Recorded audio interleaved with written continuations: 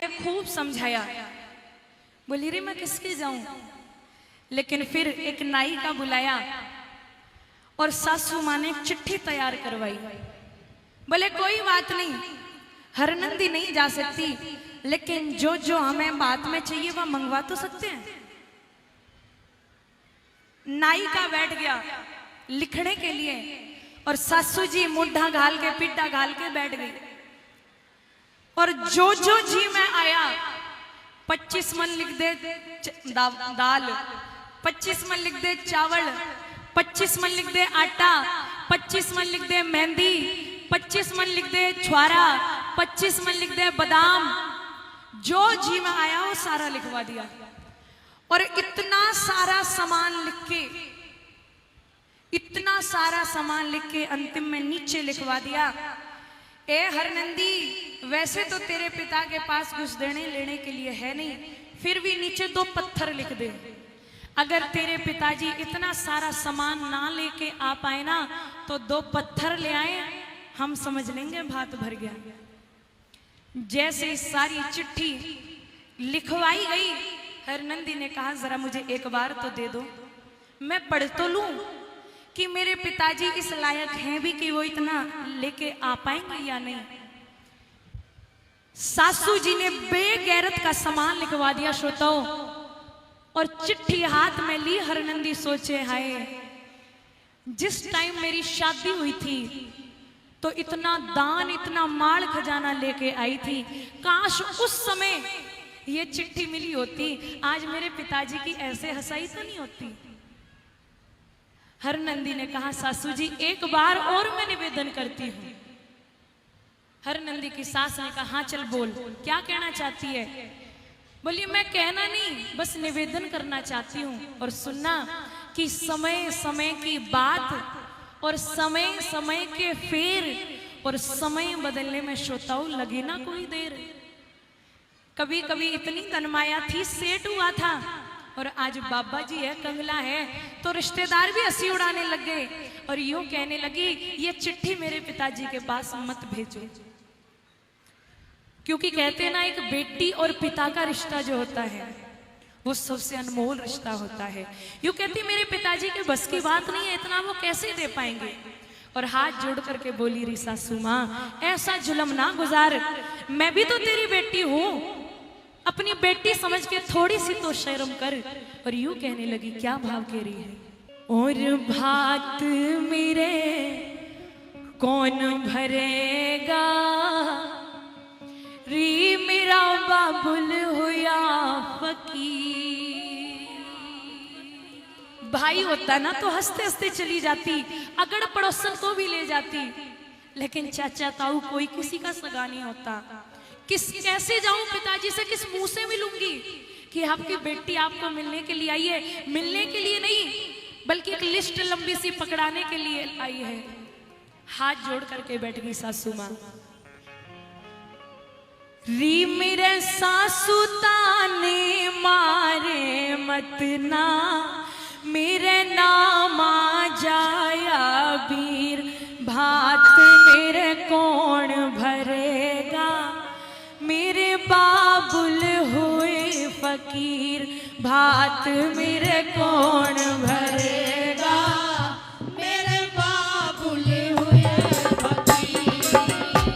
मेरे सासू ताने मारे मत ना, मेरे सासू ताने मारे मत ना, मेरे नाम आ जाया वीर, भात मेरे कौन भरेगा, मेरे बाबुल हुए फकीर, भात मेरे कौन भरेगा, मेरे बाबुल हुए फकीर।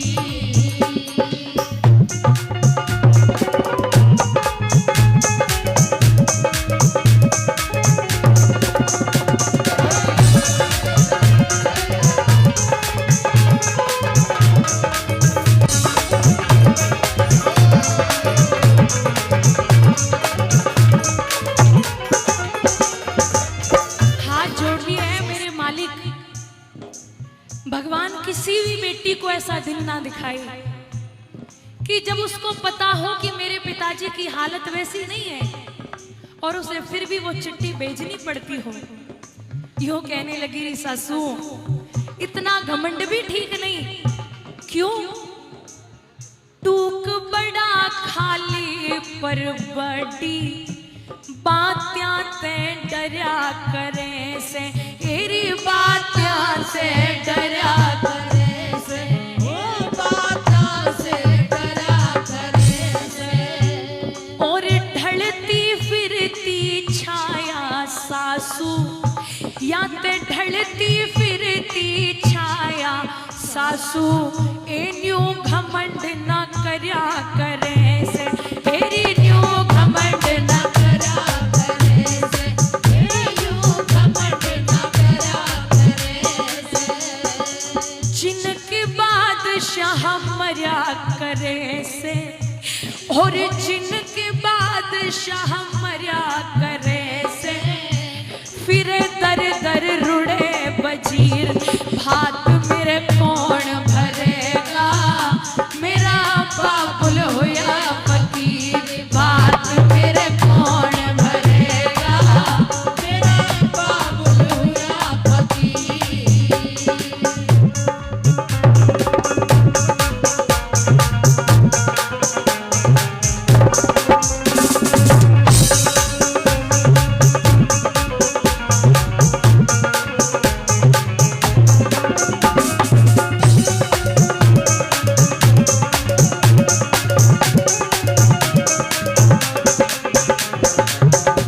कहते ना, गोली इंसान को लगे तो जख्म भर जाता है,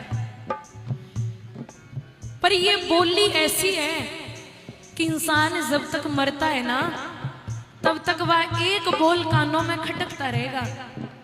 बोले सासू मां, समय का कोई बेरा नहीं, सुनो, गोली ते भी ज्यादा हो से, तेरी गोली ते भी ज्यादा हो से, ए बोली का असर गात में, तेरी बोली का असर गात में, ए बोली का असर गात में। और मिले हुए मन तुरंत फाड़ दे, मिले हुए मन तुरंत फाड़ दे, ओ पड़ जाता फर्क बात में, तेरी पड़ जाता फर्क बात में, ए पड़ जाता फर्क बात में। ना तेरे ना मेरे हाथ में, तेरी ना तेरे ना मेरे हाथ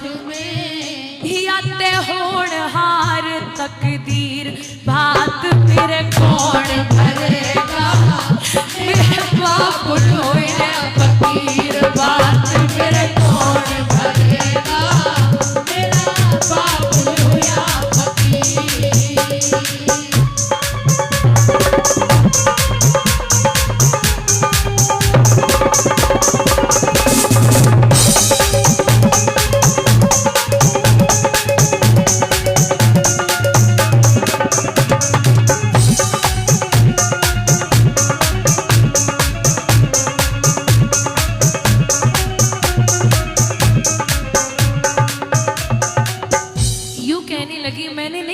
था, मैंने तो वो ऐशो आराम, वो ऐश्वर्य देखा था जो मैंने ससुराल में भी नहीं देखा। लेकिन आज मेरा पिताजी हरि भजन गाते हैं और एक तुम्बा लेके, एक तारा लेकर के साधुओं का संग करते हैं। लेकिन ये बिगड़ी बात एक बेटी अपनी माँ से कह सकती है, लेकिन मेरी तो माँ भी बचपन में छोड़ के चली गई और भाई है नहीं, तो आखिर जाऊं तो किसके यहाँ जाऊं। और यूं कहने लगी री सासू माँ, बिगड़ी में आज मेरे बाप की, तेरी बिगड़ी में आज मेरे बाप की, ए तू जात बिगाड़े मत ना, तेरे तू जात बिगाड़े मत ना, ए तू जात बिगाड़े मत ना। किसके घर ले जाके बैठूं, ए मैं किसके घर ले जाके के ए ढके ढोल उघाड़े मत ना, ढके ढोल उगाड़े मत ना, ढके ढोल उगाड़े मत ना। पैरण धरती फाटे मत ना, हेरी पैरण धरती फाटे मत ना। हे मेरे मार जिगर के तीर भात मेरे कौन भरेगा, मेरे बाबुल हुए फकीर बात मेरे कौन भरेगा, मेरा बाबुल हुआ फकीर।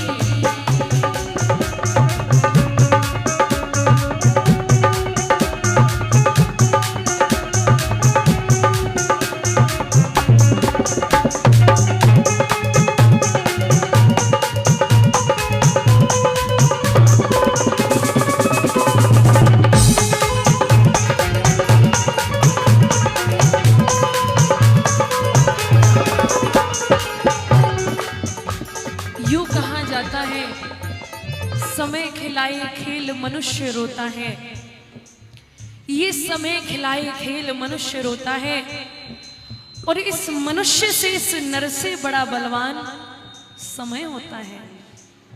बोली कभी समय था जहां मेरे पिताजी खड़े हो जाया करते, वहां सेठों की लाइन लग जाया करती थी, लेकिन वो भी समय था और आज भी समय है। एरी कद ठोकर में माया बिखरे थी, और कद ठोकर में माया बिखरे थी, और बाबुल का वक्त बिगड़ गया, मेरी बाबुल का वक्त बिगड़ गया, मेरे बाबुल का वक्त बिगड़ गया। और जब समय विपक्ष में होना तो जिन लोगों की सामने खड़े होने की औकात नहीं होती, वो भी बोलियां मार के निकल जाते, लेकिन सुनना पड़ता है। यूं बोली आज कुछ भी कह ले, कुछ भी कह ले मजबूरी में, इरी कुछ भी कह ले मजबूरी में, और तेरा ताना सुनना पड़ गया, इरी तेरा ताना सुनना पड़ गया, तेरा ताना सुनना पड़ेगा।